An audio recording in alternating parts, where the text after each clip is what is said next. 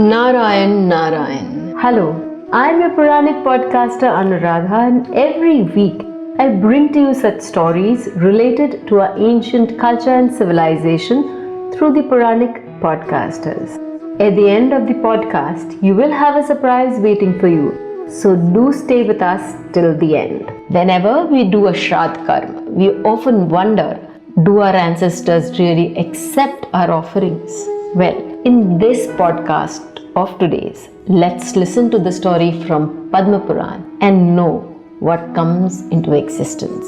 So let's start our Pauranik podcast right away.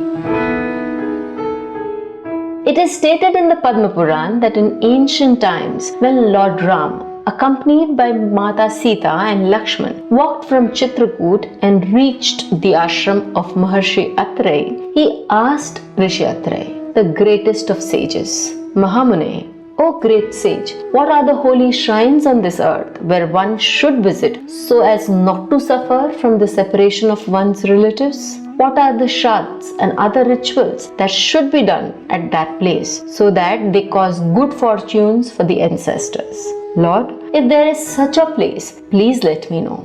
Rishi Atreya was very pleased with Lord Ram. He replied, What's Ram? You have asked a very good question. There is an excellent shrine built by my father, Lord Brahma, which is famously known as Pushkar. Go there and ask for salvation for your ancestors, Raja Dasharath and everybody else, and do Shraddh, Pindadan, etc. The ancestors are freed from their bondage when Pindan is done there. Hearing this, Ramji was very pleased and decided to go to Pushkar. They crossed the mountain Rishivan, the city of Vindhisha and Charmavati, and went to the Yagna Parvat, the mountain of sacrifice. From there they reached Pushkar. Ramji took a bath there and offered tarpan to the gods and the ancestors. The procedure of tarpan is very simple, but it needs to be done methodically, where one must offer their tarpan to the gods, the Saptarishis, the other rishis and the divine beings, and then to their ancestors for the tarpana to be effectively reaching the ancestors. At that time, the great sage Martande came there with his disciples. Lord Ram bowed down to the great sage and said, Mune, I have come here by the order of Maharshi Atreya to perform the Shraddh for my ancestors at Aviyoga Tirtha. Martande Rishi said, Raghunandan, you are doing a good merit. You should perform Shraddh for King Dasharath here. All of us will be present at the Shraddh. Having said this to Sri Ramji, all the sages went for a bath. Meanwhile, Sri Ram asked Lakshmanji to collect the material for the Shraddh. Sri Lakshmanji bought good fruits from the forest. Mata Janki prepared the food. Sri Ramji took bath in a step well called Aviyoga and waited for the sages to come back. In the afternoon, when Kutab Bela, that is the time when Shraddh is done, occurred, at the same time the sages appeared. Seeing the sages coming, Sita Mata moved away and went and hid behind the bushes. Sri Ramchandraji began feeding the Brahmins in the Shraddh according to the ritual. After completing the process of the Shraddh, and once the Brahmins had departed, Lord Ram asked Mata Sita, Dear, why did you hide when you saw the sages who came here? Sitaji said, Lord, I tell you the wonder I saw. Listen carefully. As soon as you uttered your name and the Gotra, the late Maharaj came here and appeared beside the sage.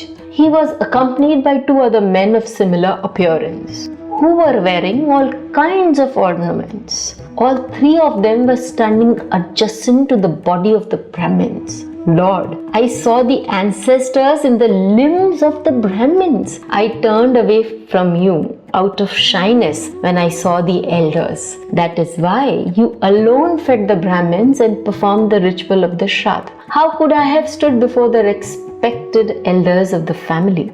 Whatever I told you is the truth. Hearing this, Sri Ram and Lakshmanji were very pleased. This story from the Padma Puran tells us that our ancestors do accept the offerings of the Shraddh. It empowers them to take care of us and helps us to repay our debts that we owe to them.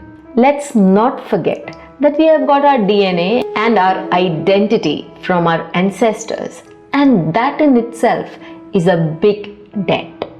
Astrologically speaking, people with planets in Magha should remember and pray to their ancestors daily for guidance and protection.